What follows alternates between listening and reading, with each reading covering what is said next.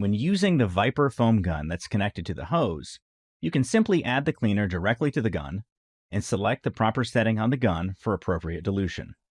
Here's our Viper foam gun guide for each of the cleaners. First, shut off power to the equipment and ensure that it's off using a voltmeter. Protect the work area to ensure that you're not going to cause any damage.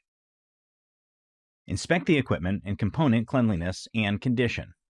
This includes the blower wheel, the evaporator coil, and the condenser coil. Pay attention to any signs of oil spotting, which may indicate refrigerant leak points. Blower wheel cleanliness is critical for system airflow and proper operation. A dirty condenser coil drives up head pressure, increasing compression ratio and decreasing system performance. When cleaning a very soiled condenser coil, it's best to remove the guard completely and remove any of the surface debris with a soft brush, especially in cases when you're dealing with cottonwood, dryer lint, or in some cases, animal hair. First, pre-rinse the coil from inside to outside.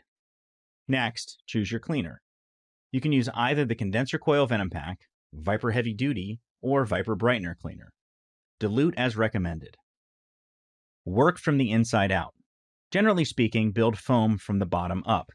Make sure to work foam in between all of the rows and rinse completely when done.